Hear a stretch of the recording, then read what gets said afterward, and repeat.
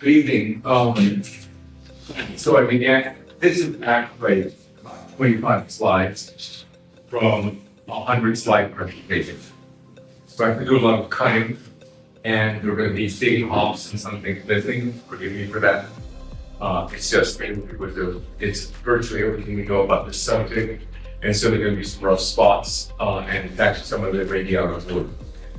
And some of it moves too slowly, some of it moves too quickly.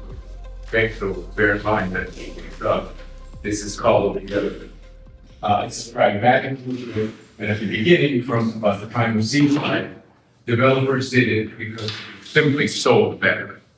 You know, most people loved it, they would pay more for it, the walkable communities were, and then NIMBYism emerged.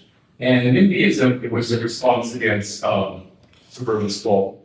And so we said, we are not suburban sprawl, and we would actually tend to get permits while the suburban sprawl projects wouldn't. That drove, they're still drivers, by the way.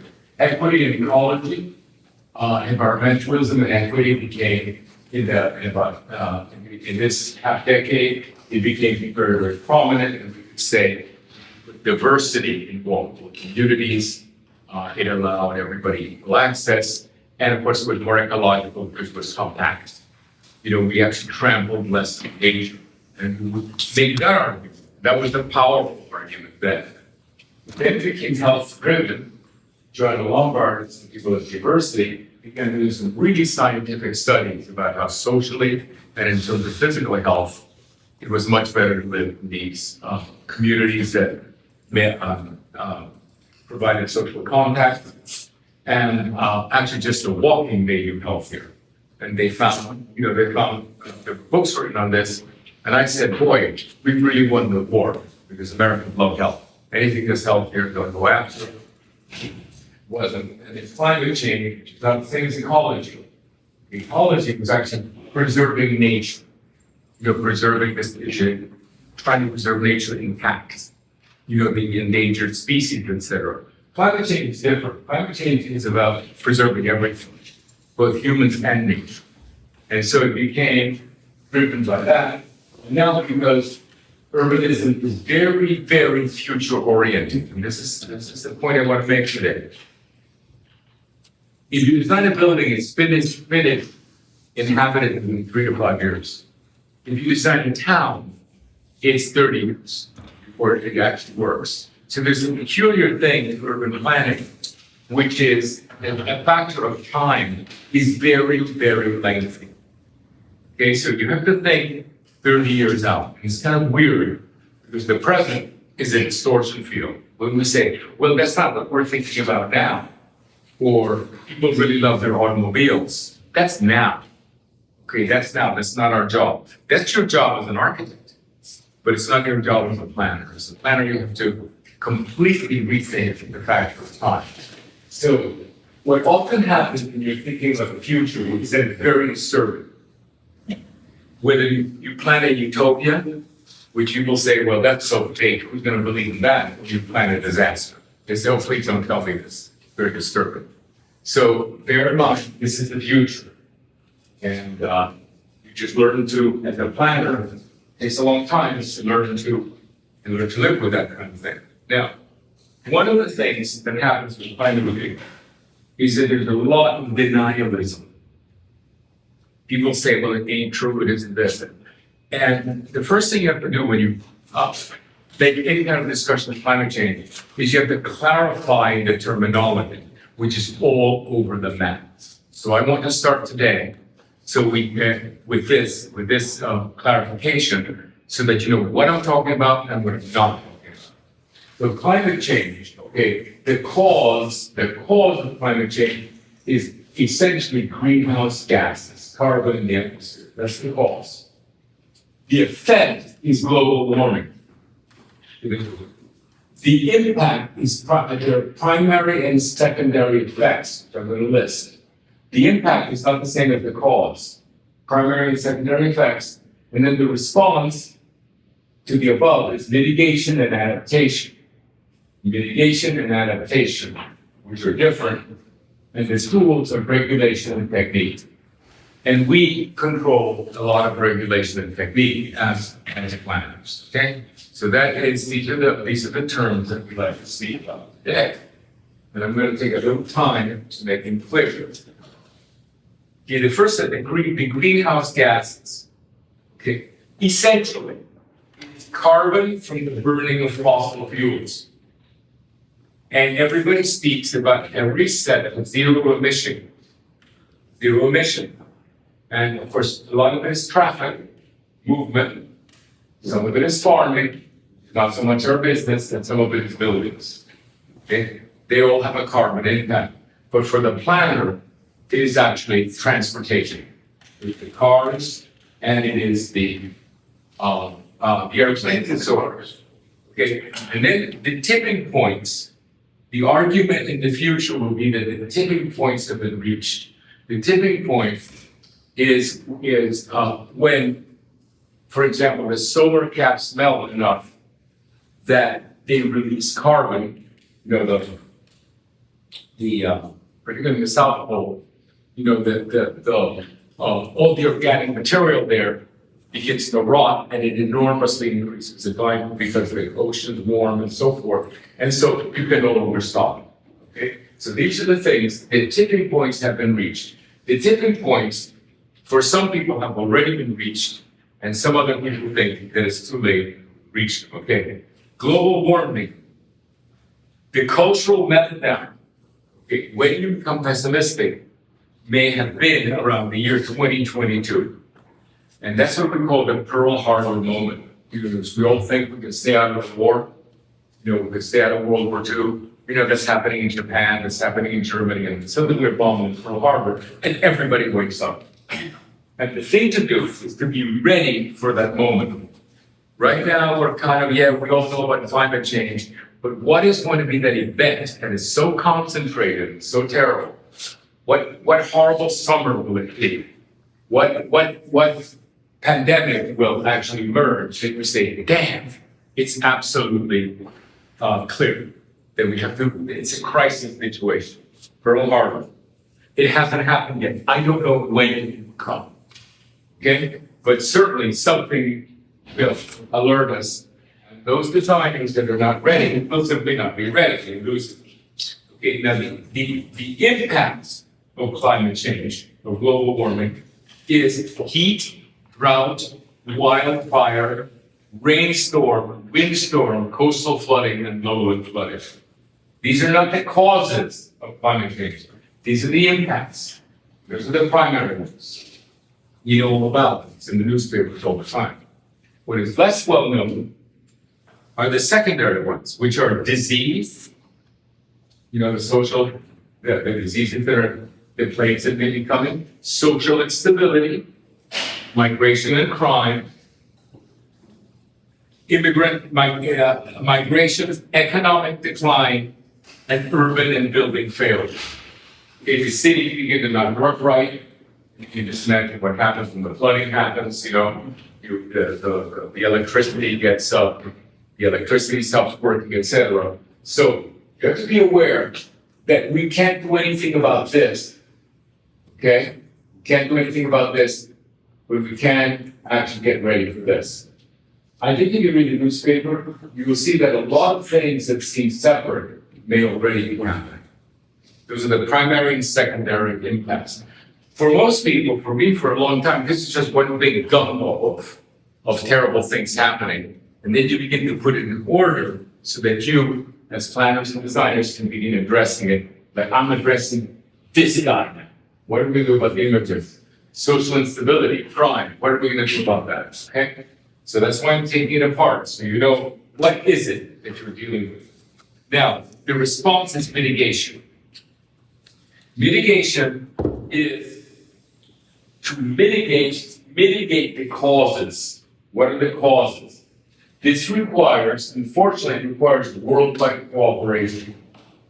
If we lower the consumption of oil, but India doesn't, or Russia doesn't, or Saudi Arabia doesn't, this is a worldwide crisis. It's not a crisis that's like our watershed. Like the Hudson River. Oh, we cleaned that up. Or the airshed. Oh, we cleaned up the airshed in Los Angeles. Okay, this isn't a local crisis of which we had many successes. This is a worldwide crisis. China has to cooperate. It does no good if it doesn't. If you look at the situation worldwide, only the West is really doing the job. The United States, the English-speaking country, Australia, Canada, and the West. Russia, all they do is sell oil. China, they're building 800 coal-fired power plants. I know, yes, they're building 200 atomic. Hooray! But 800 coal-fired at the same time. And of course, Africa and South America don't have the funds to stop burning coal. What are you going to tell the Indians? Okay, stop cooking? Like, don't warm your food? Right? Sorry, but you're sorry. It requires the highest level of policy, and this is what affects you. To stop this, we need the nations and the United Nations. If you want to affect it, you get a sign, like Greta Thunberg does, and you go up and say, and you tell the elected official, we got to do something. We got to do something about it because it's policy. You tax carbon differently. You actually threaten certain nations with exclusion, like Russia. Oh, you don't stop selling oil, we're not going to like you. That's at the highest level. We are not very powerful. We're not directly powerful. Okay, that requires a sign and going to the elected officials. This is the worst problem. The worst problem, and I'm going to document this a little bit, is that the poorer you are, and unfortunately, the younger you die, the best your climate performance. So those countries that are the poorest and have the longest life, the shortest lifespans, they outperform the West. And that's a problem because people don't want to impoverish themselves. Okay, let alone. The problem is that the human being is a carbon machine. We breathe and exclude carbon. So it's very hard. And then there are solutions, but they're costly and they tend to be high tech, like nuclear. Nuclear is an excellent solution, but it's costly and it's high tech. Also sending things into the atmosphere, these wonderful MIT inventions of little bits of whatever, floating aluminum. I mean, you read about this all the time. It is unfortunately very costly. So that's the problem. The problem with mitigation is this one. However, let's talk about adaptation. Remember, adaptation is to the causes. What happens to adaptation is that it allows local action. You can adapt your community. That's very empowering. You can adapt your community. You can't save the world, but you can adapt your community. Second thing that happens is the decision-making doesn't have to be at the United Nations level. You can actually have a neighborhood that actually protects itself from the impacts. You can have a state that protects itself. You can have a house that actually protects itself. So it is very empowering. The decision-making is you and your friends. You and your elected officials locally, very different from the United Nations. Then it privileges self-sufficiency, which means you can say, listen, so long as I generate my own electricity, so long as I grow my own food, so long as I have my own well, so long as I have my own wall, I'm going to do better. Not forever. I'm not saving the world, but I'm going to last longer and have a much better life than if I don't do it. So this is not, people think, well, this talk you're giving is very disempowering because you think it's going to go badly. No, it's really empowering. It makes you powerful. And it's generally low tech. It's not about nuclear. It's just about, knowing how to make a well, grow some food, know how security works. So we talk about having people. How many? Community that gets off the grid. How many? How many communities? How many? How many? That's the question. Example. It doesn't, the larger the number, the better, okay? But it begins to work. For example, if you take a block, just a block, city block, and you reserve a place for growing food, and you have a roof and a cistern that shares water, and you have a perimeter, you take care of a perimeter to make it secure, okay? Where it works least well is the single household. You really have to have a bigger community. And by the way, you can make a town that is very, very successful. So the scale is different from the old scale of, I'm going to get my AR-15 and protect myself from the Russians. Okay, that was the individual, survivalist one. This one is an individual, it's like a collective. So it's different. The beautiful thing is it's very low tech. All of this stuff is going back to the old way of doing things. It's very empowering. Its lead is the low tech lead rather than the high tech. Okay, then regulation and technique. This is what I think we should be doing. We need to have equilibrium of production and consumption. We need to know where it is. Very localized sheds, like particularly walking distance, pedestrian sheds. How subsidiary management, like what is the organizational system that's local, the family, the compound, the block. When, okay, this is a generational mission. It takes a generation to do this. Now, what's interesting is which generation is going to do it. It's a generational mission, and then there are us who's going to do it. Only certain people are going to do it. If you approach a group of 10 people, only 2 are going to be interested, and the other 8 are going to think you're crazy. Okay, and just bear in mind that this whole thing of being a pessimist, or even saying, even believing that you can do something, is a very, very low. So are we the future? What? Are we the future? That's what I'm saying. I'm gonna get, no, you're not the future, but your generation is the future. Oh. Miami's not the future, but this is the generation from which I'm gonna talk about. Okay, now, this is one of the things to bear in mind. We're actually doing very bad. Okay, look at the metrics. There are successes all the time, but the underlying metrics get worse. Okay, just look at that. We're not doing very well in carbon. And one of the problems is that every human being is a consumption machine. Okay, every baby that's born will actually petroleum 504,000 pounds in their lifetime. So the problem is it's a very, very difficult thing to do because it means humans themselves are the problems. That's one of the reasons that I think people resist. Like, really? I can't eat ice cream somewhere else that comes from a cow? Really? I can't fly? Really? I can't drive? Really? I can't have new clothing that comes from far away? You see what I mean? It's actually very difficult to convince the human because the human itself is the problem. Now look at this diagram. In this diagram, you have most emissions and most wealth. There's an exact correspondence. Burundi is the lowest, the United States is the highest, right? Most emissions, most wealth. India's in the middle, China's there, etc. There's an exact correspondence. Most emissions, most wealth.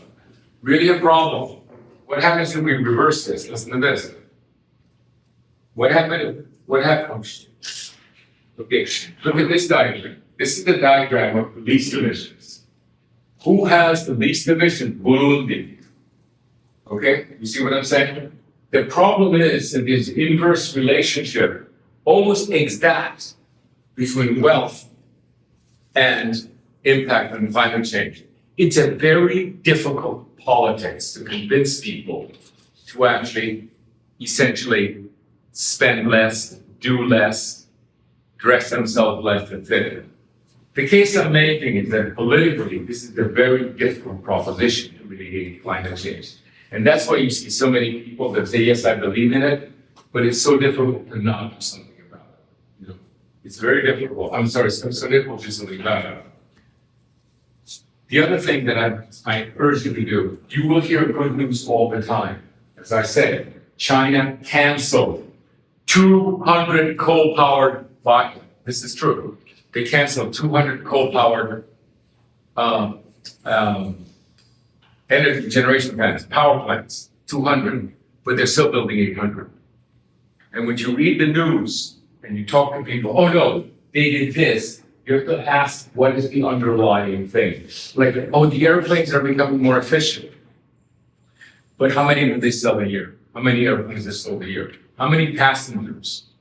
When you say in trains, yes, but et cetera, et cetera. So learn to see. You don't have to learn to see, you just trust it.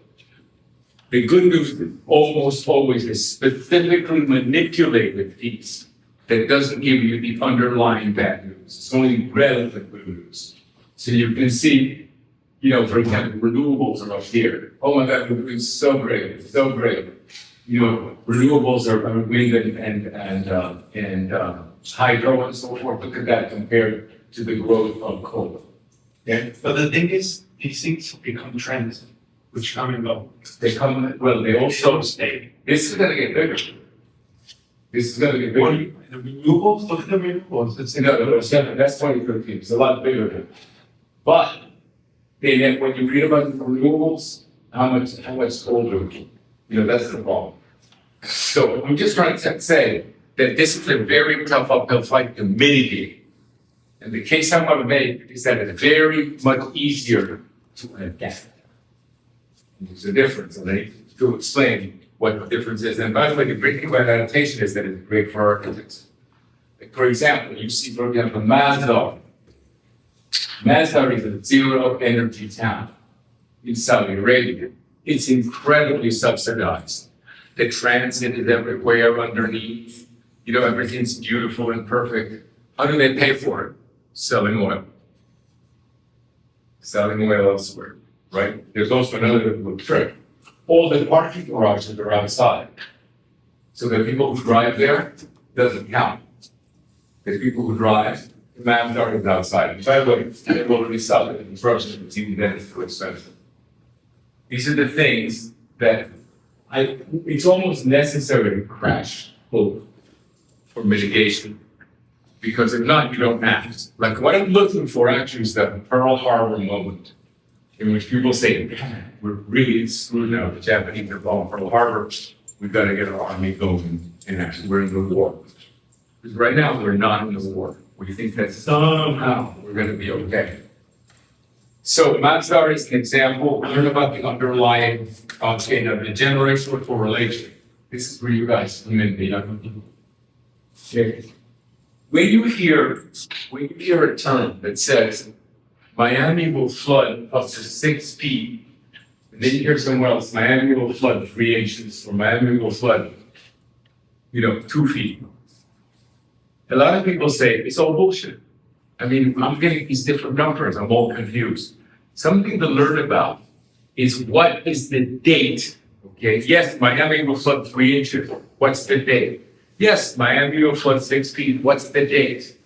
What's the date that you're saying? And the date, they're not contradictory to each other. The numbers are all the same, they just have they have different dates, okay? What we are trying to do is establish a normative. The year 2030, what will happen? The year 2060, what will happen? And the year 2090, okay? We want to establish these. You say, are we speaking the period of 2030, 2090, 2060? What is the period? Just always ask that. 6 feet, when? What's the date? 6 inches, when? What's the date? Because right now, you can say, well, the flooding in Miami, just stay out of the rain when it rains. Just don't, there are puddles, I get it, I see the puddles. Okay. But that is now, what's it like later? And I think that's really too bad that these normative dates have not been established, but they are established by the IPCC, because we're supposed to be at 50% of net zero at 2030. 2060, we have to be at 100% net zero. We have to have no impact whatsoever. And that's established by the IPCC. So those are useful dates, 2030. That may be a Pearl Harbor moment. Finally hear, oh my God, it didn't work. It could be that the Pearl Harbor moment is 2030, and then it's 2060. By the way, look at the generations. Okay. Generation Z, born here. Okay. This dark part is when each generation is at maximum power. Okay. Not their lifetime, but when they're actually dominant. Notice that the boomers are checking out. There's my generation. We're completely checking out. We're still around, walking around, right? But we're checking out completely by 2030. No one's listening to us. We're not even around. Yeah, we're going to staggering around, but who's listening? Okay, then the next generation actually gets into power. I'm talking about the presidency, head of corporations. The decision making is huge. This is the maximum decision making.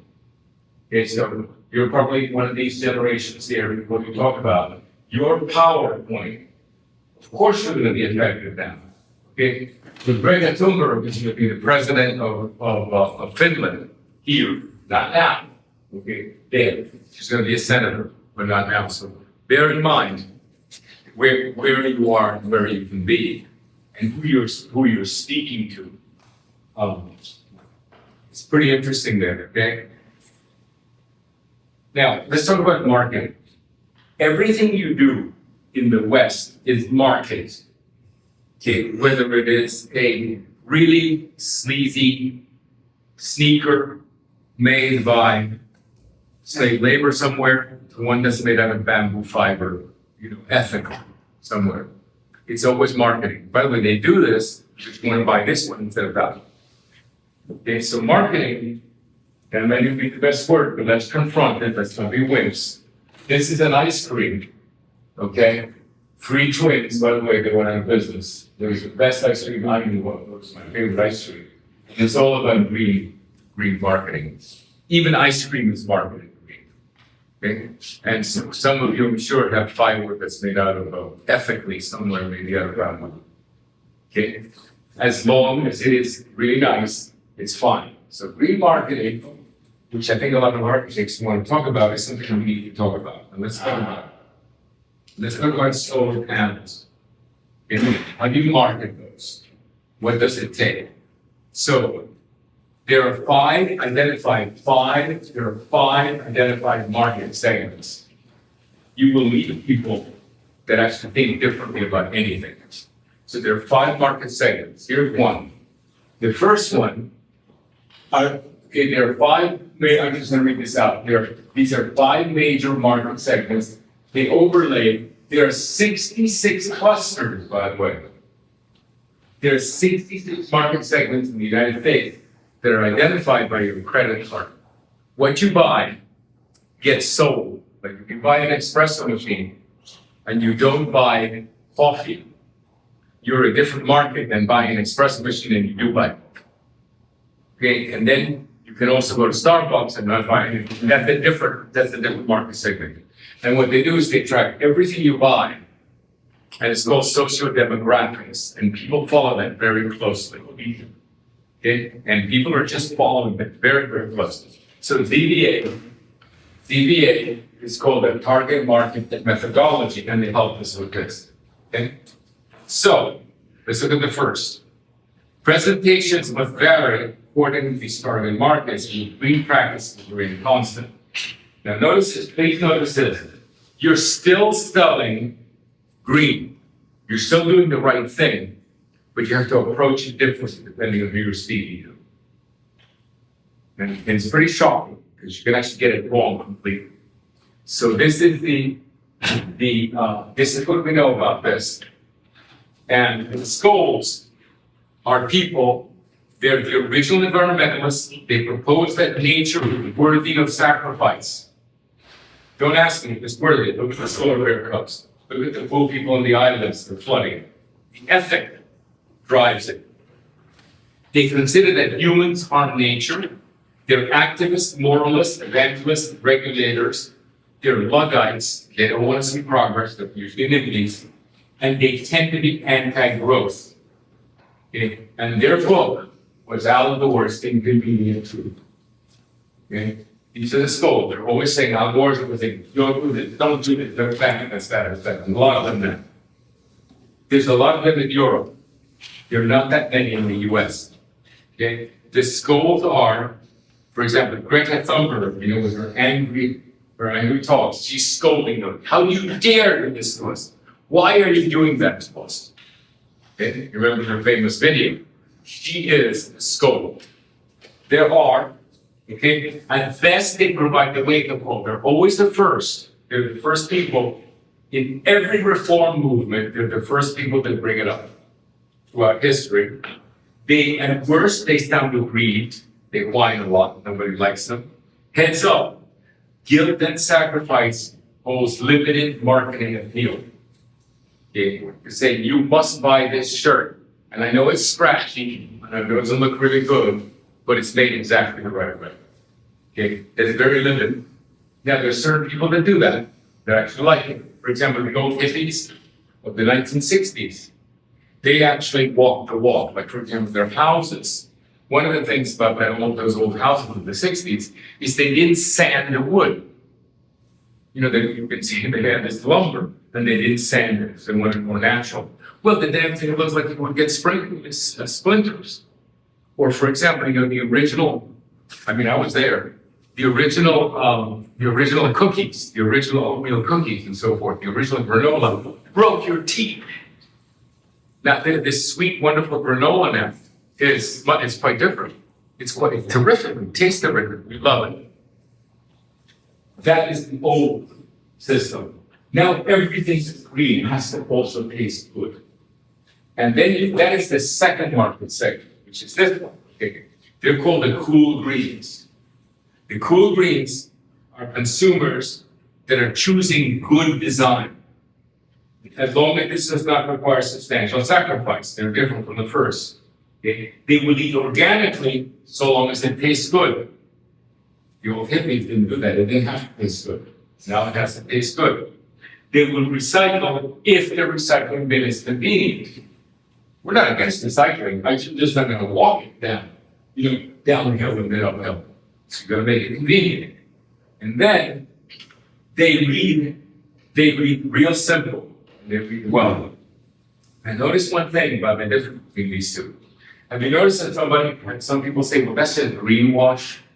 That's just greenwash, you know, that's an accusation. Those are the scolds actually criticizing the cool greens. If you saw the lecture yesterday, the beautiful architecture by Shaw, beautiful green architecture, incredibly gorgeous. But everybody says, I'm sorry, but it's still made out of steel. It's still made out of glass. It's still this. It's still that. There's still blah blah blah. You know, you can criticize it. And those are the scolds, which are something called the ethicists, criticizing the cool greens. So when I say there are different market segments, I mean it. Like, you can actually approach somebody and get it completely wrong. You don't know which kind of environmentalists you're speaking to. Now, the third environmentalist, by the way, these are very good for architects. This second set, they love good architecture. That's why I put in well. You know, it has, as long as it's really beautiful, like that beautiful bicycle that costs $2,000. You know, it doesn't matter if it's made out of carbon, okay, but it's beautiful and it's fast. People say, well, carbon is a problem, isn't it? You know, sorry. That's the difference between the stove and the cool greens. And don't get it wrong, because they're actually an enemy of each other. The third one, see, there's a bite, right? They attract louder. Okay, people say, well, they're terrible. They're absolutely greenwashed. Well, they attract large numbers to the cause. And worse, they fall the greenwash. Okay, they bring investors in. So that's good. Now let's talk about the opportunists. The opportunists are people who actually make the economic argument. Super important. Super important. This is what all the American politicians say, 100% of them. They say is green technology will bring jobs. Hooray! Okay? Tesla. You know, Tesla, by the way, Tesla actually should be cool green. Tesla is a wonderful looking car. There were many electric cars before. I actually have a catalog of them. You know, nobody wanted to ride them because they looked stupid. They were quite stupid looking cars. And they said, no, that's not for me. Tesla came in and cleaned up. And today, Tesla still sells what they can, uncool cars don't. Why are they ugly? I have to show you. They were So so. it's in the growing color fish. Oh, I actually have some photographs. They kind of look like. Like Hyundai's one. They're No, the original set. You know, They don't make them anymore. yeah. Unless you're talking about home. Even the Porsche design of the Hyundai Hyundai. electric one. Yes. It's like the Porsche from like the 1960s. Yeah. I mean, when you're drawing architecture to the car industry, it's like hopscotch. Yeah. You know, they just By the way, that's the They one, jump from each other. that's the one I'm referring to. That thing that looks like a really cheap little Porsche. Yeah. That's the one that we sell. I have a picture of it. So he's right. But there were electric cars before. Tesla's contribution is that it's totally cool. Like for example, Tesla's solar machinery that you put in the house is so good looking that you want to put it in the living room. The transformers, the electrical stuff, the batteries and so forth. Before that, the batteries were scary. We had a whole closet full of really scary pipes and things. And Tesla made it beautiful. So that's very important. But I want to say one thing. What you do to them, what's good about them is that they say it's the economic argument. You save money and you make jobs. Everybody still loses, nobody has a problem with it. No one. Even the people who don't believe in climate change actually will say, oh, I love the jobs. You see what I'm saying? So know about that. That is a very strong one for architects. Then there is this one. Okay, these are the opportunists. They can identify market-based solutions. At worst, they can distract us with ineffective solutions. For example, ethanol actually doesn't do much, you know, but it was the right thing to do, and it created a whole industry, a whole farm industry, ethanol. And it's based on corn. Yeah, it's based on corn, and you can't stop it because too many people make money. Okay, so that's good. Heads up, they will create many jobs. The main thing about that is they create jobs. Now look at this one. Then they're the survivors. Okay, they're realists. They think that global warming is inevitable. They commit to localized solutions, not try to save the world. In other words, adaptation. They will circle the wagons with intentional settlements. This is where architects come in. You can have a settlement at the level of a compound. You can have a settlement at the level of a neighborhood. You can have a settlement. It's intentional. The intention is actually to survive. And it's very, very architect intensive to do this. There are many things, such communities in Germany, not so many in this country. Okay? And they prepare to be self-governing. Okay? The survivalists, for example, they love the victory garden. We survived World War II because we grew up in the So you get this kind of thing happening. This is going to be huge in the future when, if we ever notice, or if we ever acknowledge that mitigation is going to fail, and we switch to adaptation, we don't need the United Nations anymore. We need a bunch of architects that know how to design the communities and the buildings that adapt. It's exactly in our wheelhouse. Okay? And heads up, they may constitute the majority one day. Okay, now there's this, the original, I first gave this talk about 10 years ago in one of the conferences in Salt Lake City. And since that time, they've added a new one. It's called the Party Office. By far, the best-selling community in the United States, last 2 years, is Margaritaville. You know what that is? Have you seen the ads? It's people party. It's people actually read in college years. The best-selling community in the United States. And you say, how can that possibly be? You could say, these are people who are so ignorant of climate change. Well, what if they're not ignorant of climate change? What if they actually think that it's too late to do anything about it, and the only rational response is to enjoy every day that you have? Do you see how that might make sense? I think that there are more people that have arrived at that conclusion, but they won't talk about it. But you have this phenomenon of Margaritaville. Now, notice this one thing here, down here, okay?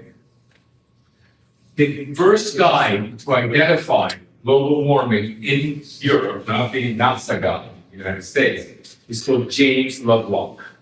He died, he came up with the Gaia theory in the 1960s, the world was going through urbanism. He died last year at the age of 100, just last year. This is what he said. Okay, this was a headline in The Guardian, in one British newspaper about him there. Enjoy life while you can. In 20 years, global warming will hit the fan. Enjoy life while you can. This is the original guy. Of course, he was pilloried for this. He said this when he was 96 years old, and they just nailed him. No more lectures for you, no more book sales for you. But this is James Lovelock, it isn't just, anybody. It's one of the guys who's a real scientist that identified this. Bear in mind that this is different from a denialist. Denialists don't believe in climate change. The party on the crowd actually believes in climate change and thinks that the rational response is to enjoy life. Okay, the party on, heads up. Okay, there they are. This is an ad for, this is an ad for Margaritaville. Everybody, all these people are in the pool pumping bellies and drinking martinis or whatever. In there. That's the best-selling community in the United States. And let's verify it today, actually. They're just having fun. They're not all old either. They're not old. I think I've actually spoken to quite young people in high school, and I said, "What do you do?" He said, "I'm enjoying life. Do you believe in climate change?" I said, "Do you think we're going to make it?" Not really. What's the response from this party? There's a lot of that we didn't say. Now, remember this, there are people that deny this. It ain't happening. If they don't believe in it by now, don't spend 1 minute convincing them. Just total waste of time. Okay? They say, "I don't believe in climate change." Are you kidding? After all the efforts of the United Nations and all the organizations, so the important thing is just walk away from an actual denialist. But don't confuse with those that actually do accept that it's climate change for one party. Okay? Heads up, it's hopeless to change their mind. Just forget it. They're not going to change their mind. They're going to buy the big house and the big hamburger. Don't waste your breath. Okay? The new denialists, this is my contention here. The new denialists, this is probably the most controversial thing I'm going to say, are the people who think we're going to make it. Still think that despite everything going wrong and all the things that I made, we're still going to make it and we're going to mitigate it. I think they're a problem because, and of course, the number one guy is Paul Hawken, and there's a couple of them who write books that say it's terrible, it's terrible, it's terrible, it's terrible, and then the last chapter says, "Yes, we're going to make it." And there's no correlation between how terrible it is and that we're going to make it. And these are people that are keeping Pearl Harbor away. Whenever I read a book like that, Paul Hawken or somebody else said, "What, you're telling people that there is no war? That we can keep doing what we have?" I think that there was dangerous, Paul. And I call them the new denialists, because they're denying the reality of what all the statistics and likelihoods are. Okay, so anyway, it's like all these guys in Abu Dhabi that say, "Oh, we're going to create these new communities, they're going to be environmental." Many architects are denialists as well. Okay? Now, I want to just summarize in one way. Let us say that you want to install solar panels. You're an architect, you want to install solar panels. If somebody walks into your office, and if you decide that they are the ethicists, goals, all you have to do is, it's the right thing to do, you install it, they say, and by the way, it looks bad, the hell with it. Okay, we know they're ugly, but you still have to do it. It's the right thing. They come in blue, and they have this angle, and you see them at the top, and it occupies a huge closet in your house, and you have to put up with it. They are the skulls. They actually love the suffering. They love the look. Now, the next ones are the cool greens. When you say, "Oh, it's what we saw yesterday, it's sharp." Do the right thing environmentally, and boy, it looks so good. Those solar panels on that angled roof, it's just beautiful. And you sell them design. Okay. The third guys don't bother about design, and just say you save $80 a month. What else do you need to know? Or you get a subsidy of $7,500 for a Tesla. What else do you need to know? You just argue. You make the economic argument. Don't waste your time. When they walk in, you say this house is going to save you $80 a month. Hell with it. Now, the people who are the survivalists, you know what the argument is? If you install these solar panels, you will bridge the blackouts. What are the blackouts? It's what happens when the hurricanes come. Those who have a solar panel, they don't shut down, the sprinkler still works. You may have noticed, actually, that more and more it's creeping in that blackouts are happening. So you just make the argument bridging the blackout. You know, it's not the right thing to do. Don't worry about the polar bears. It's just like those 2 weeks when the hurricane hits, you have the blackout, that's what you do. And finally, the denial, the partyons, don't talk to them about it. Okay, now the hazards. I think you all know that you see these maps all the time. You think of where the parts are going to flood. Okay, these are the parts that have drought. A little bit, do you see where they are? These are the parts that have drought. These are the parts that have flood. These are the parts that have heat wave. These are the parts that have windstorm, generally hurricanes. These are the parts that have wildfire, right? We read about them all the time. They can be mapped. What's interesting about it is that you can actually overlay the maps and you can see which are the worst places to live and then the best places. The first act of adaptation is try to live in the places that are pink or white. Try not to live in the darker places. Okay, like don't go straight for where you have 5 overlaid problems. So that's a very interesting map, isn't it? The map that we should be looking at is actually this map. Oh, by the way, the statistics are per county in the United States. All those hazards, you find the county, and you can actually find out where they are. That map was done by someone in our office, the prior ones, based on the county. These are the sea level rise maps in Florida. What about this map? Okay, these are the maps that are where you should. The darker the green, the better chance you have. There's this line here. See this years ago, Rust Belt cities? There's a line here that goes down in Texas. Very interesting. These are the Ozark Mountains. Very interesting. There's another one here. Okay? So again, if you are going to, for example, say, I'm a really committed architect to surviving climate change, I will set up a practice in these places where you already have an advantage. These are the green lands. Right? These are the good lands. Because they have, well, it's trees. No, they don't have trees. They have the least rich. It's the reverse map. Remember the prior map, the red map with all the things that are wrong. This is what's left over. This is the opposite map. And what it does, it brings up a very interesting, this is the old Rust Belt towns on the Great Lakes. That really has a future.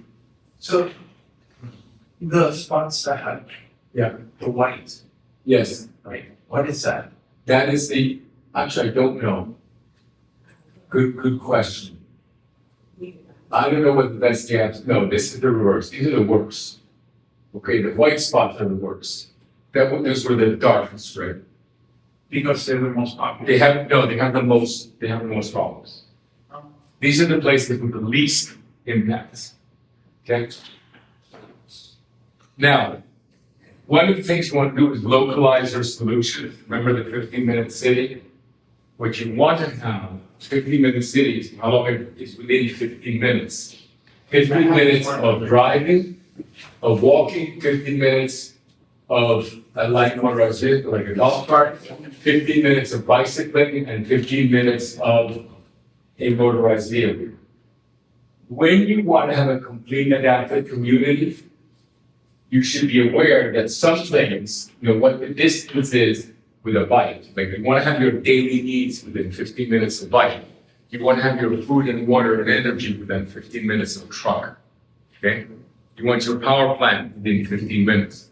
So this is an interesting, it's not the number of miles, it is actually the number of miles, but it also has to do with how close you want all the elements for adaptation. And then there's the governance.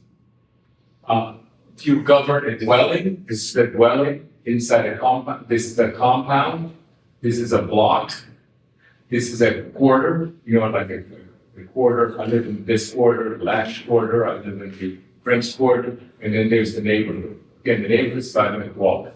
You can govern yourself at the level of a compound, which is my house and 6 friends. You know what that means? You can level yourself at the level of the block. So set up governance issues so that you can make decisions with agility. Don't wait for the feds. Don't wait for City Hall. Don't wait for your neighborhood. Try to figure it out at your level, okay? And by the way, your level of a single house isn't that good. You need a bunch of you need a compound. You need probably 6 dwellings to make a successful adaptive community. And here are the things that we can decide. So these are the issues. These are many of the issues that you have to do. You need a balanced population, a balanced economy, balanced communication, balanced program. I don't have time to get into these, but you can see where the where decisions are made. It starts with your own dwelling, the cluster, the compound, etc., all the way to the United Nations. Okay, so decisions are made depending on where you are. Some decisions have to be made at if you're going to do carbon offsets, that has to be at the level of the United Nations. If you're going to protect your country from immigrants, let us say, that's at the level of the nation.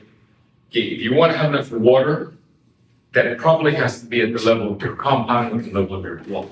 You need to decide where your well is. If you want to have a school that you can depend on, that's probably at the level of the quarter. Don't let Washington decide what the schools do. You need to decide at the level of the quarter where your kid can walk with us. All of this is in play now. Even at the local level, because we can't put solar panels if we want. It's everything is in play. Everything is in play. A lot of the confusion that is happening, and a lot of the failure is because the decisions are being made at the local level. That's the whole argument. By the way, these are the decisions. And it has to do with balance. To get to 50-minute city, you need, for example, look at the things, younger and older, higher income, lower income, requiring care, providing care, workers and jobs, formal economy, sharing economy, waste and recycling, importation and manufacturing, healthcare and illness. These are things that are off in your community. For example, look at this, balanced programming. There's no do-it-yourself dwellings, it's well developed. What you need to do is locally rebalance. You need to identify all the things that are off balance. We make too much trash, we're not recycling enough. We become an old community. Or we're just a bunch of it. We have too many school kids, not enough schools. So it's all about rebalancing it. And you as an architect and a planner can actually push. By the way, don't think that affordable housing is what every city needs. 90% of the cities have too much affordable housing. They're actually Detroit has too much affordable housing. Some cities have too little affordable housing. But you have to locally calibrate the balance. And in your planning and in your code, you have to actually encourage things to happen, to rebalance them at the right level. The infrastructure equilibrium, this is hard to understand, okay? These are regulations. There's one here that's very important. Okay, by the way, security technique, security. Things are becoming unstable. You read about the immigrants actually causing crime and whatnot. I don't care whether it's true or not, the perception is true. So someone in an office did a thorough study. What are the security techniques? The individual house, the compound dwelling, the apartment building, the cluster, the quarter, etc. Lockable doors, architectural lockable doors, bar openings, gated fences, biological walls, and external doors. Electronic, lighting, alarm, motion detector, biological, dog, private yard, animal control, police, programmatic, generational housing. Housing that actually there's always somebody living there. Or people say that. Mixed use, integrated jobs, social service. It's very interesting. I don't believe that once ever in an architecture school is security is being done. It's like, no, we don't do that because we live there's something about exclusive of us and we're excluding people. Well, security is a huge industry. And it's astonishing that architecture schools don't touch it. Like, for example, do you graduate here knowing that the greatest security thing you can do is have a dog? If you ask a cop, what should I do, sir? Have a dog. Now, can you have a dog? You can have a dog, but if you don't have a fence, you haven't got a dog. You can have a dog and a fence. It's your job to have a fence, not to keep people out, but to keep the dog in. You see, and it's very elemental things like that. Like, for example, I think we know a little bit that it's good to have windows on. It's essential to have windows on the street. If you don't have eyes on the street, you can do whatever they want. So the government has an agenda. What? So it's our eyes to make sure that we. No, it's the potential. It's the potential of somebody looking out. Or the. Well, the problem is, an architect's supposed to do stuff at all. Okay, security is, but. I mean, how many hands? I mean, how many of us do care about? I mean, I mean, just students here? yeah, How many do we care about the environment? This is- I mean, who cares about the environment? this is the class. The class, like, we're all, yeah. They're all students. This is- Yeah, so you care about the environment? Will you Oh, come on. Okay. Ask me the question. No, I mean, No, let's keep going, I have a lot to do, okay? This is, we're past the environment, we can have this later. Okay, don't run the class, don't run. Sorry, I'm old school. We'll have questions for Okay. discussion. But I do want to say one thing there. Do you know how windows work? Okay. If you have a window, the window from your house is not keeping you safe, not keeping your house safe, because the crook is on the side of the window of your house. And this is the window the crook is hitting, right against the, they're not gonna stand by your window. Your window is actually securing the house opposite. You see what I'm saying? And actually, a window at the end of the street, if you have a street or an alley, and you put a window at the end of the street or alley, looking down that alley, it is enormously more effective in keeping that alley safe than the window on the axis than any window on the side. Because all the group has to do is get quickly past your window and say. You see, and these are things that are actually fundamental. How do you do, what do I mean by a topologically smooth public space? It means that it doesn't have places for people to hide. Things like that, I believe, should be discussed. And they're not. In fact, this is usually a very unpopular thing to bring up in an architecture. I'm hopping along. This is the whole chapter. Okay, I'm hopping along. Now, this is important. The techniques, not the causes, not the effects, the techniques that you do to adapt and mitigate. What are the techniques that you, as an architect, can do to mitigate and to adapt to these problems? Energy, these are the solutions. All the solutions, okay? Low food waste reduction, emergency response, geoengineering, development of patient control, planned retreat, reforestation. These are all the things, as far as I can tell, that are available as solutions. Guess what? These are the ones that are subject to mitigation. These are the ones that are subject to adaptation. Some of them do both. You see this thing? This is hermetic envelope technology. No, not letting air into the building. Hermetic energy technology both works for mitigation and adaptation. There are a few overlaps like that. People will tell you, aren't mitigation and adaptation exactly the same thing? They'll tell you that. Actually, because so many of them overlap, but they're actually not all the same thing. Some of them are clearly in this column, some are clearly in this column, as you can see. Now, what's interesting about this is that it actually choose the ones that have to do with the level of urbanism and architecture, i.e. what we do, not what Biden does, not what the UN does. If you choose what we do, in other words, what is entirely in our power, it's mostly adaptation. We are the gods of adaptation. Okay, mitigation, not so much, because you have to pass the legislation for ethanol, you have to pass the legislation for triple glass and so forth.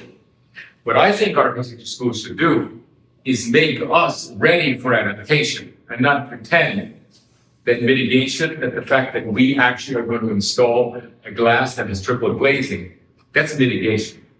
Okay, and that's really mandated by LEED, which is mandated by the governor, which is mandated, etc.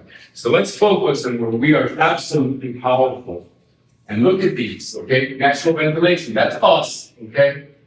Local agriculture, that's us, okay? Local education, we can actually provide the schools locally for teaching at home. It's really interesting how powerful architects and urbanists are in adaptation and how weak we are in mitigation. These are the generations I spoke about later, social segments. Okay, now, what I'm not talking about is designing a town that does this, okay? So there's hazard mitigation, adaptation, climate change reports. Hazard mitigation is here. As I said, that's the United Nations and the defense. Adaptation is here. It's called resiliency. That's one of the winning words. Not adaptation, it's called resiliency. And these are the things that are being, some of which are being discussed in this class. You need a balanced population of old and young. You need a balanced economy, balanced communication, balanced programs, and balanced governance. It's all about balance. And there are towns that can actually cause this to happen, that encourage this to happen.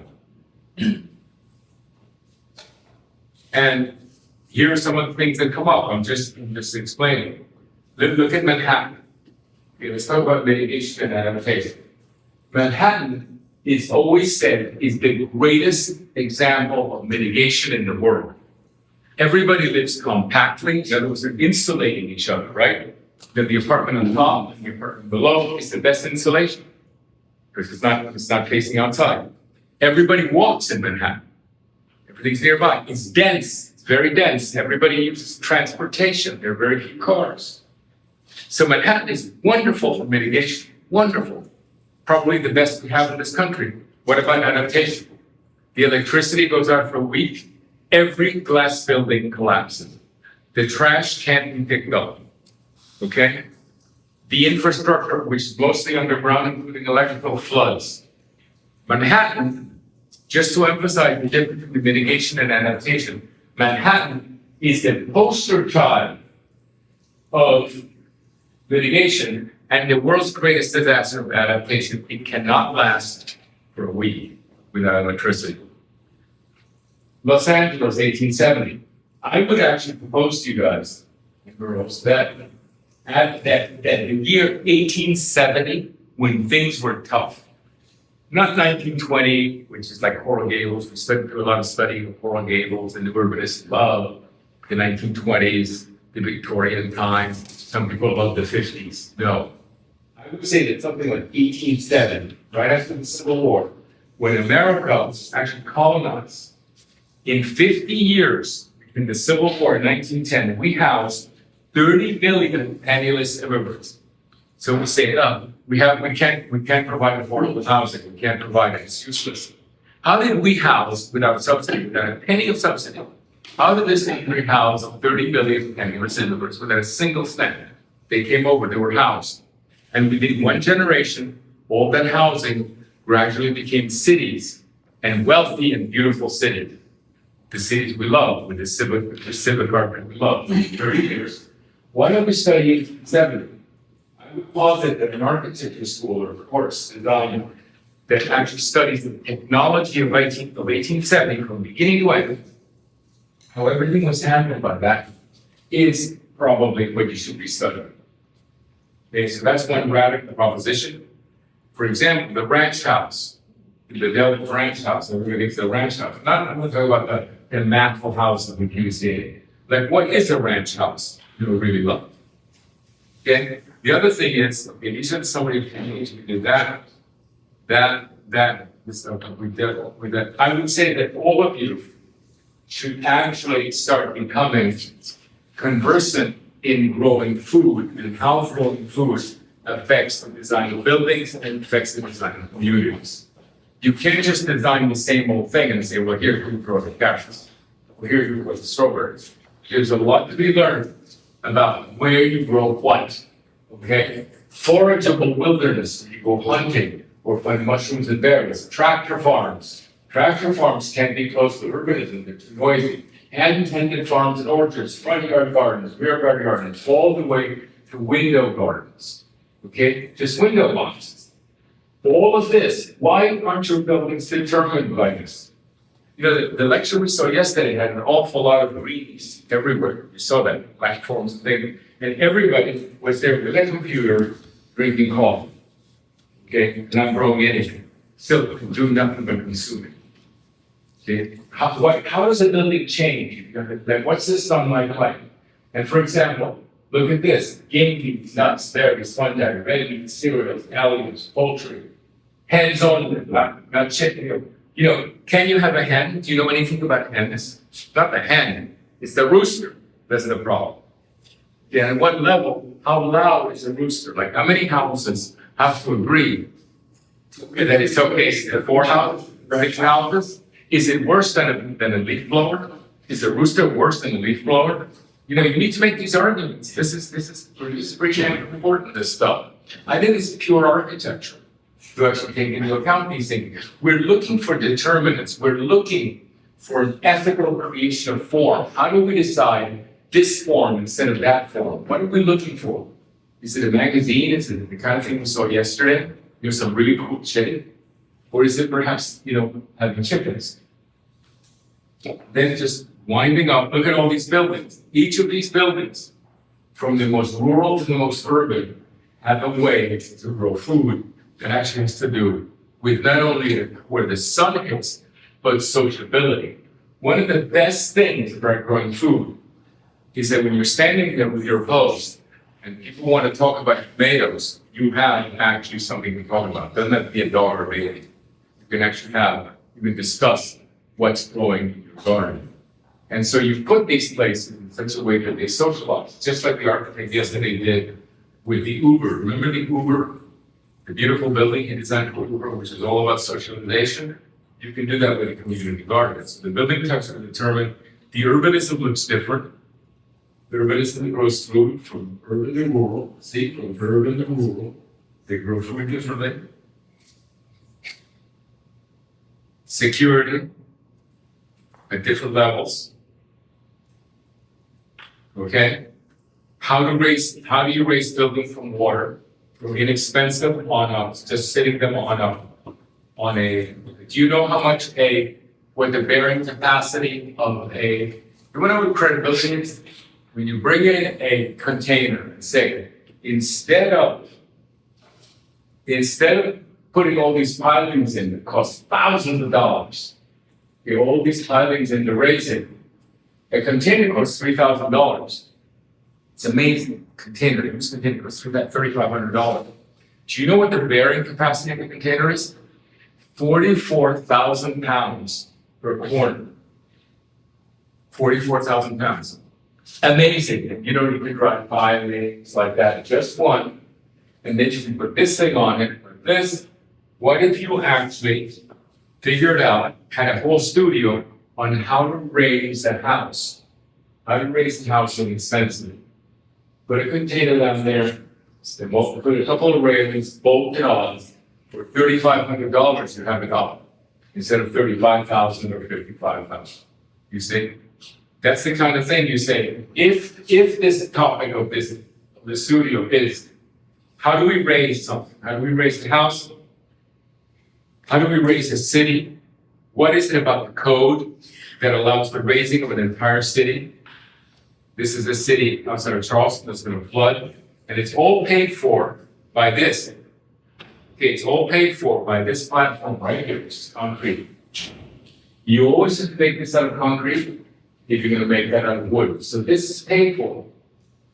So instead of actually doing it independently for buildings, why don't you build the whole thing out of concrete like this, asphalt parking lot on the first floor, that slab that's paid for anyway, and then you put wooden buildings on top, like that. So the entire city actually is raised at no cost. Remember, you're building that platform anyway, and you still have to accommodate parking below. Now you say parking is a misery. Yes, I understand, but your city is above. Okay, your city is above. It's like having a parking garage, the deck of a parking garage that gives your city. And by the way, if you get the dimension right, everything you possibly need, every building type you possibly need, can fit on a certain size. That actually corresponds, by the way, perfectly to the modular parking. as you can see here. You start with a parking module, and then you take the budget, which is essentially a free budget. Somebody's paying for that concrete platform anyway, done. You need it, you need to build it. But do it super efficiently at the level of the city, and then build the city on top. And then growing food can be extremely poetic, it includes fishing. Protein comes from fish, in fish ponds. You can actually make farms just outside. You can actually make more urban patterns like that, and so on. What we need is to get our form determinants, the form determinants to be key to the elements of adaptation. The form determinants key to the elements of mitigation are very limited. It's, it's oriented in building glass, triple glazing, as what Pete said. The real power of the architects is at the level actually of urbanism, starting with the element of 6 houses and security. So this is actually, you can see that there are huge gaps. By the way, look at the slides I eliminated. So you might think the lecture was too long, but look at the ratio of eliminated slides. Okay? Let's just see which you avoided. But anyway, that's not done now. So go ahead and ask your question.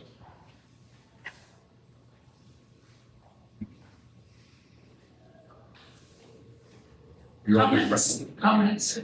questions and comments? I'll make a comment. Go ahead. I think that to turn around a lot of this discussion, there's so many historical precedents of neighborhood, community, and that the oddity of the past 50 years was that we didn't build physical community, that in fact, throughout history and through every culture, there are forms. And you two are more scholarship on them than anyone, anywhere. And so I think there's almost this interesting convergence that what's good for family, individuals, social connection, mental health, walkability, learning, aging, youth, happen to also converge with what's good for our history. And that we're in this kind of lucky moment that the market has shifted in that direction. There's a recognition, whether it's on a federal, state, or local level, and that there's a lot of just natural, inherent rediscovery of this is how humans want to live. And that, these have two lives, ants have other forms, and humans form physical community, unless they're thwarted. And of course, physical community can be that you live on a ranch and when you get off to the center of town. So what I would love is for you to reverse this presentation and show us all these various forms of typologies and cultural precedents, which have a mix of needs. Yeah. Security is one. Yeah. The mixes of uses, the mixes of age, the trajectory of affordability, young to old, all of the mix of ingredients that produce certain outcomes, whether it's ancient Rome or that 1870s, very interesting. And then that lets us see where you are landing in terms of what you consider to be imperative now. But I think that at the very end, you start to show us really what this is about. I erased a lot of solutions there. Those are not new designs, those are actually one place. I just want to say one thing, why I'm excited about adaptation, actually, and this is, I should have said it, is that it's a driver towards what you're talking about, what Laura's describing, which is better communities. Yeah. See, we're trying to do better communities, we know how to do better communities, and we're having a hard time convincing people to build these communities that are socially and ecologically good. But this, when you see adaptation, I just think it's the biggest cudgel we have to drive it our way. Well, the other comment is you've been in the trenches, you and Liz and contemporaries, of trying to convince cultures and development economics that they should even consider walkable urban neighborhoods. And so those 30 or 40 years of trying to create a market, now the market momentum has so much to make you all work that exists now. I was curious where you're going. I'm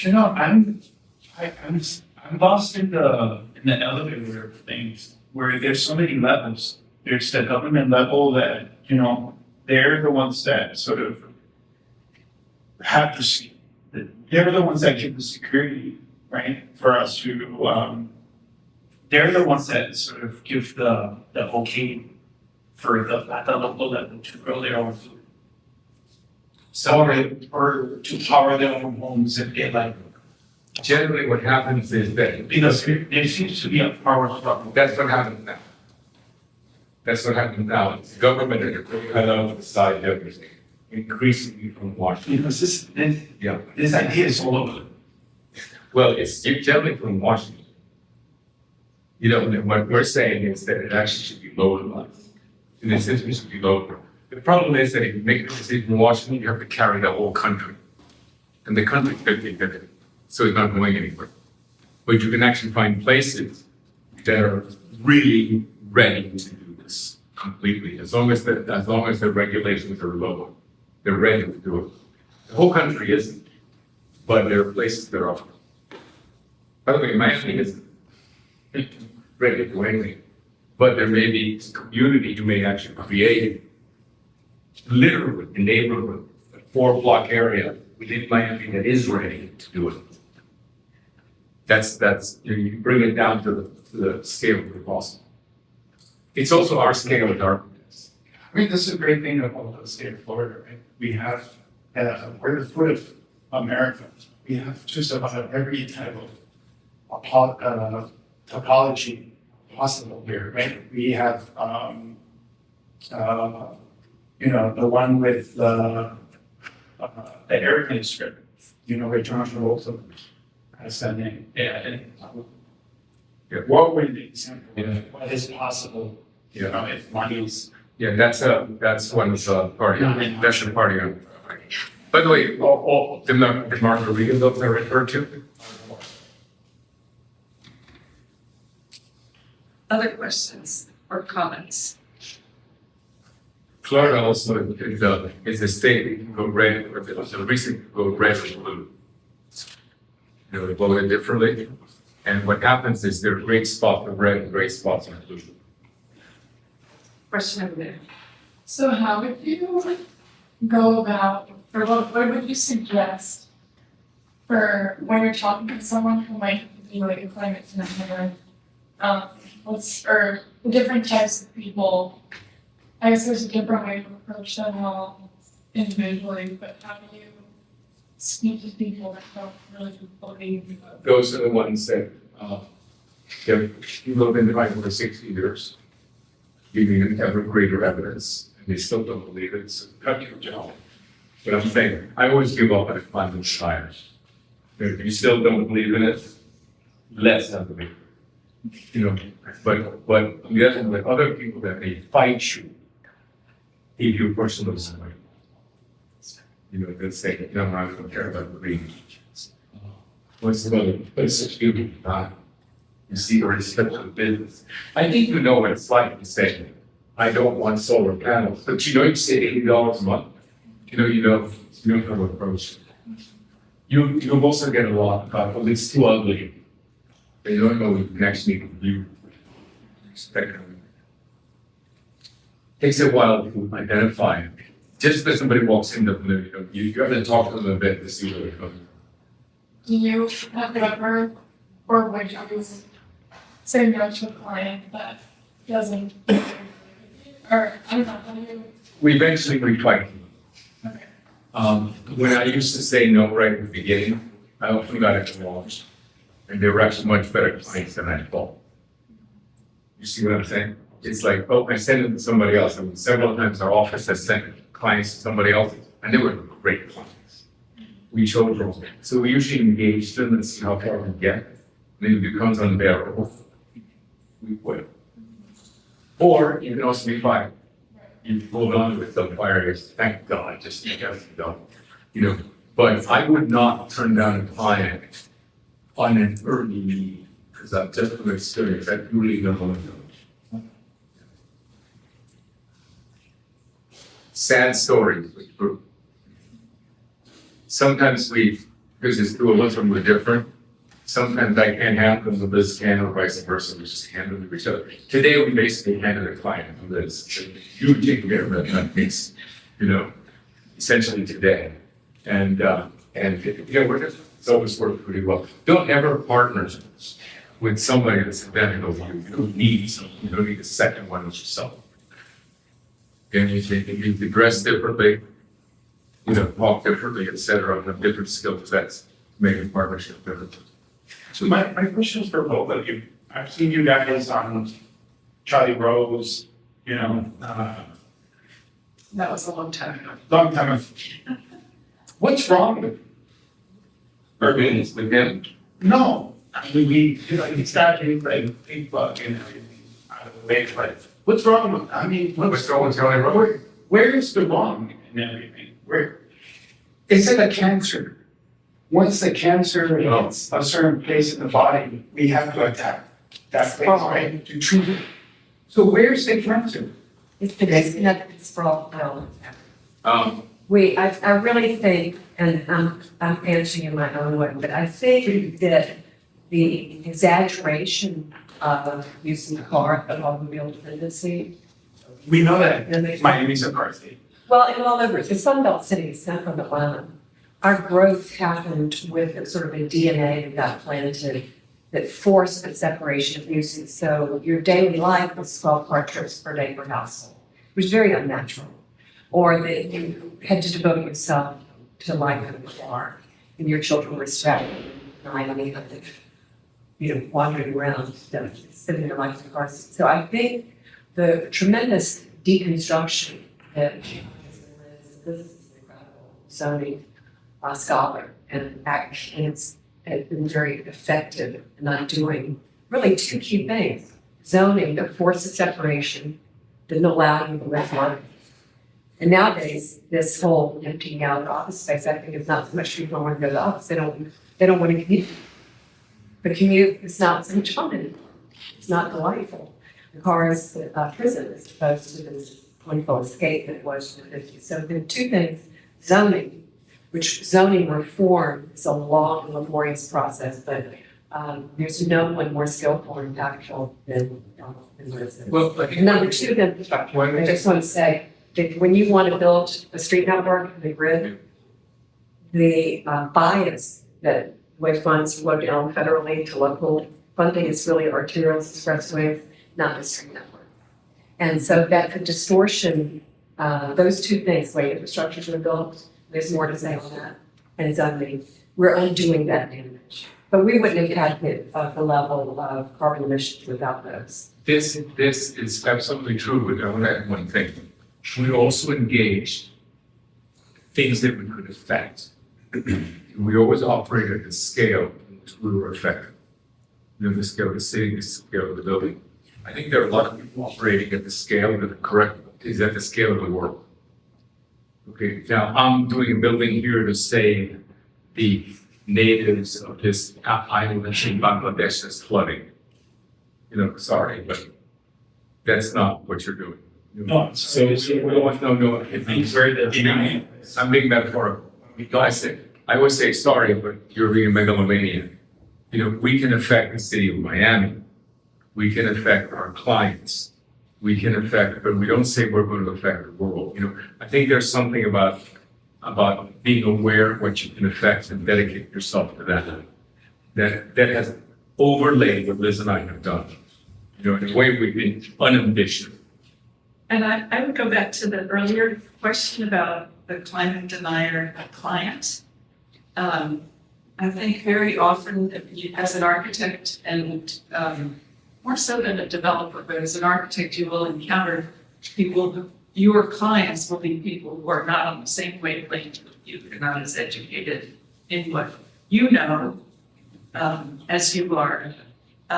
They may be only looking at a spreadsheet in terms of what the results will be of this business. They may not want to share many of your values. There's still work room within that, let's say, what might appear to be a hostile context, because you can still affect a number of things through your designs. And they are the implementer. So the developer has been a bad word for a long time, but they in fact control or implement the building and the built environment. And they have many different priorities than you do. But you can still get a lot of things done within their priorities. A lot of what you saw yesterday, feminist architecture, about half of it were developers. Some of them were just corporations that needed a brand, but developers build America. You know, engaging them in a way that you can actually know how to speak to them. Remember, developers are not the final users. They're not the end users. The end users aren't present in your meeting with the developer. The people who actually live in the house or use the office building. So you have to get past the developer and help them with the end user. So you described, I was not at the lecture, regrettably, you described the building that Uber built, that they designed for Uber in New York. There were a number of components in that building, which was the architect's invention, bringing it to the client and saying, you didn't ask us for this, but in fact, this has these advantages. A third of the building, believe it or not, in New York, that building you were building, is not air conditioned or heated, which is astounding. You know, that's the favorite part for everybody. That's where people are hanging. They're not hanging around the office. They've got their computers in this 1/3 that is not air conditioned. It's quite interesting. I thought that was a stunning building. Really worked it. They showed about 10 projects, most of them were incredible tapes. Hard to build. They work really hard, those guys. But they had two really big ideas. The other one, Jay Bill was telling me, the other great one was the one, there's one in Australia. That really was incredible. It was really a wooden skyscraper. Really worked. Not what you think. Not all of it. But it was really incredibly poetic. So they saw the wooden skyscraper, which of course, you know, would encloses carbon. You will almost always have context that is not supportive to begin with. And you will always be working within some kind of negotiation. That's what design is, in a sense. Is how do you bring a positive element into a context that may seem to be quite foreign to your goals or to your values. I think maybe we've been sitting for a long time on this, and you've been speaking for a long time. Take a break, talk about this individually for a few minutes, and then we'll let him go. Let's thank him and Laura for your